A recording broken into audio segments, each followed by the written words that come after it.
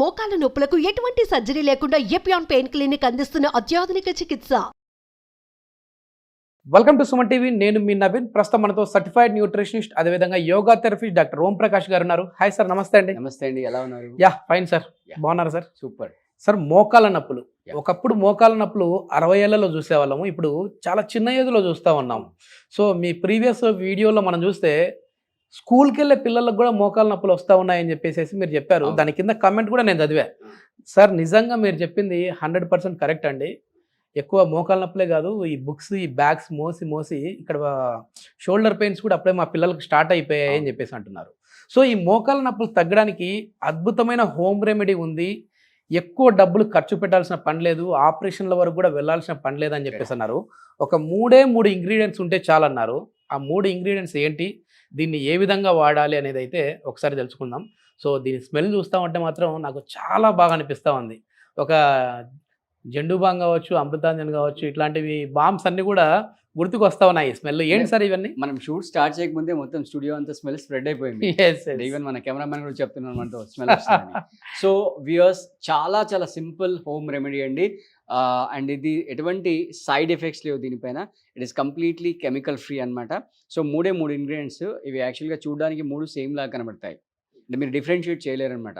So first వచ్చేసి గడ్డ కర్పూరం. మామూలుగా మనం పూజలో వెలిగించే కర్పూరం కాదు, అది తినకండి, దాంట్లో కెమికల్స్ ఉంటాయి, అది చాలా డేంజరస్. ఓన్లీ పూజకు మాత్రం వాడాలి. గడ్డ కర్పూరం సపరేట్గా దొరుకుతుంది. దాంతోపాటు మనం ఇంట్లో వాము వాడతాం, రైట్? సో వాము పూలతో ఒక సాలిడ్ తయారు చేస్తారు, అది కూడా ఆల్మోస్ట్ చూడడానికి కర్పూరం లాగా ఉంటుంది. తర్వాత పుదీనా పూలతో కూడా ఒక సాలిడ్ తయారు చేస్తారు, అది కూడా సేమ్, అంటే ఈ 3 కూడా చూడడానికి సేమ్ ఇంగ్రీడియంట్స్ లాగా ఉంటాయి. సో ఇవి మీరు షాప్లో, అంటే బేసికల్గా పూజా స్టోర్స్లో దొరుకుతాయి. ఈ పూజా స్టోర్ నుంచి మీరు ఆయుర్వేదిక్ స్టోర్లో తీసుకురాగానే ఫస్ట్ మీరు చేయాల్సిన పని అంటే ఒక గాజు బాటిల్ తీసుకోవాలి. అంటే దాదాపు ఈ సైజులో ఒక 50 ml సైజులో ఉన్న గాజు బాటిల్ తీసుకొచ్చి ఇమ్మీడియట్గా, అంటే ఇవి ఓపెన్ చేయకముందే ఆ గాజు బాటిల్ని కడిగి తడి ఆరిపోయేటట్టుగా మొత్తం దాన్ని ఆవిరి చేసేసారు. చేసిన తర్వాత ఈ 3టిని తీసుకెళ్ళి దాంట్లో ఓపెన్ చేసి మూత క్లోజ్ చేసి జస్ట్ ఇట్లా షేక్ చేశారనుకోండి, ఈ సాలిడ్స్ అన్నీ కూడా లిక్విడ్గా కన్వర్ట్ అయిపోతాయి. క్వాంటిటీ ఏది ఎంతలో తీసుకోవాలండి? అంటే ఇది అన్ని ఈక్వల్ క్వాంటిటీ తీసుకోవాలి. మీ ఇష్టం, ఎంత తీసుకోవచ్చు. ఫస్ట్ 100 grams తీసుకుంటే మిగతా 2 కూడా 100 grams తీసుకోండి, లేదా 50 తీసుకుంటే 50, మీ ఇష్టం అనమాట. ఇది ఒక 1.5 year వరకు కూడా హ్యాపీగా స్టోర్ ఉంటుంది. ఎటువంటి కంగారు పడాల్సిన పని లేదు. కాకపోతే తైలం లాగా తయారవుతుందా సార్ అది? ఆ 3 మీకు తేనెలాగా ఆల్మోస్ట్ తేనె కంటే కొంచెం తక్కువ కన్సిస్టెన్సీ ఉంటుంది, రైట్?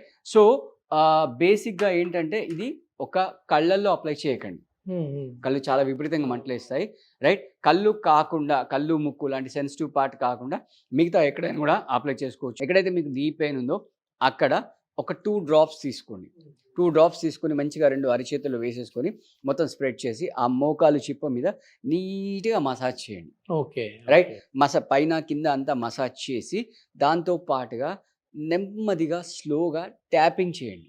Okay, right? రౌండ్గా ఇట్లా 2 చేతులని కప్లాగా చేసి మోకాళ్ళకి ట్యాప్ చేయండి. ట్యాప్ చేసేసి మీరు ఒక 1 month రెగ్యులర్గా ఈ ఆయిల్ వాడండి, మీకు 100% రిజల్ట్ వచ్చేస్తుంది. అంటే ఏమంటే డౌట్ లేదు.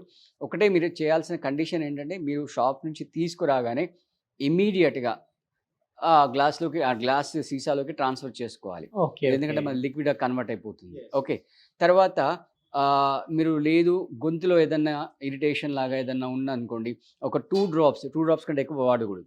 ఎప్పుడు ఇక్కడ వాడిన 2 drops చాలా కాన్సన్ట్రేటెడ్ ఉంటుంది. మీరు టీ కానీ పాలు కానీ తాగే ఘాటు కూడా ఎక్కువ, చాలా ఘాటు.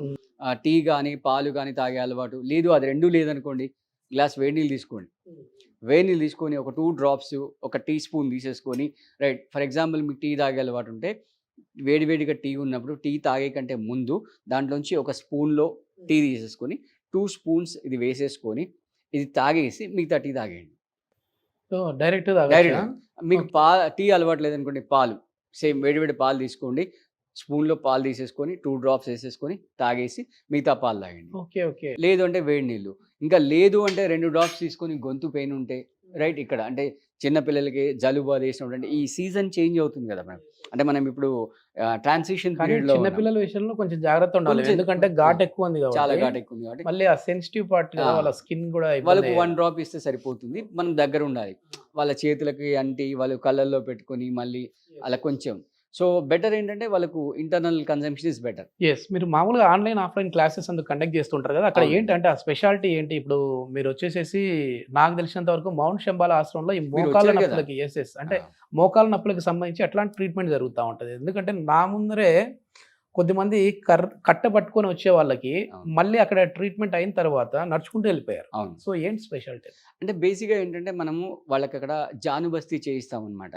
మనం ఇంతకుముందు వీడియోలో చూపించినట్టుగా ఎస్పెషల్లీ ఏదైతే టార్గెట్ ఆర్గాన్ ఉంటుందో ఆ ఆర్గాన్కి మనం ఏదైతే వనమూలికలతో చేసిన తైలం ఏదైతే ఉందో ఆ తైలంతో జానుబస్తీ చేసి తర్వాత మళ్ళీ వాళ్ళకి కొంచెం థెరపీస్ చేస్తాం అనమాట. ఓకే. చేయడం వల్ల అక్కడ ఏదైతే జామ్ అయిపోయిందో ఆ జాయింట్లో అది ఫ్రీ అయిపోతుంది.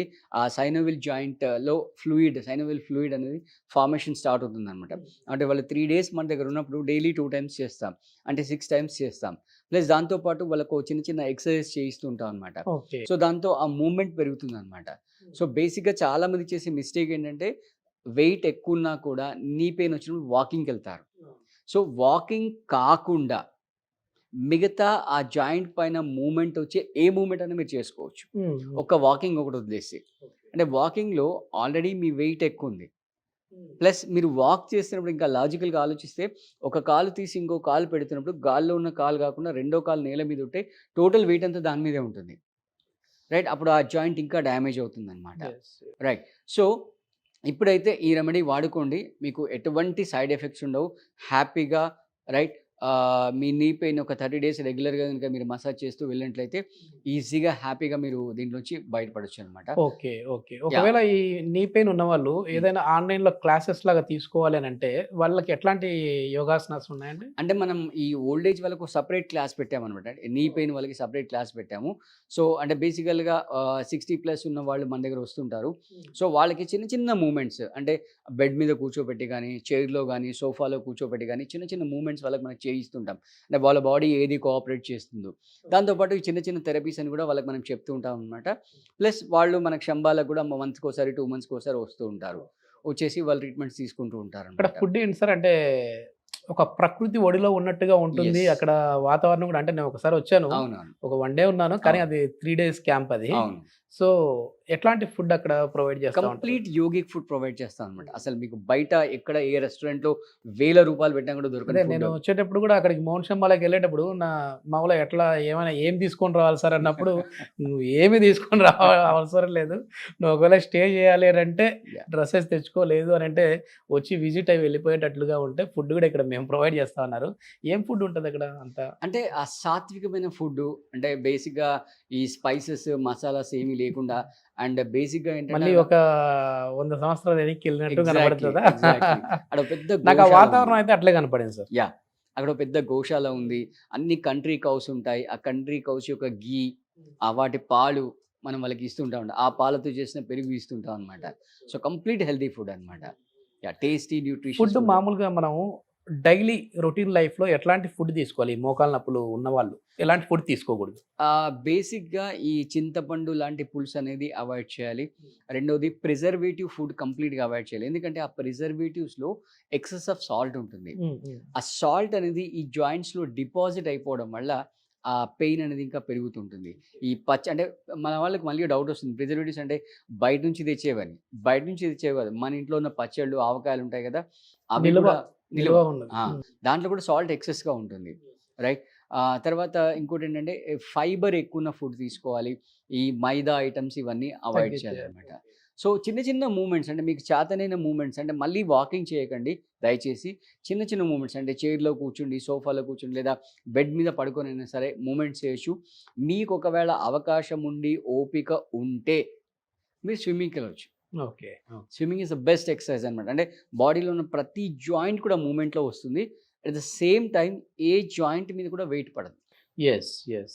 చాలా మంచి ఇన్ఫర్మేషన్ సార్. మీరు చెప్తూ ఉంటేనే నాకు ఒకసారిగా ఆ ఇమాజినేషన్లోకి వెళ్ళిపోయా మౌంట్ శంబాల ఆశ్రమం గురించి. సో ఎవరైనా విజిట్ అవ్వాలి అని అన్న కాంటాక్ట్ నెంబర్ అయితే ఇస్తా ఉన్నాం, ఓం ప్రకాష్ గారిది. సో మౌంట్ శంబాల ఆశ్రమంని విజిట్ అవ్వాలంటే సార్తో మాట్లాడి మీరు విజిట్ అవ్వచ్చు. థ్యాంక్ యూ అండి. Thank you.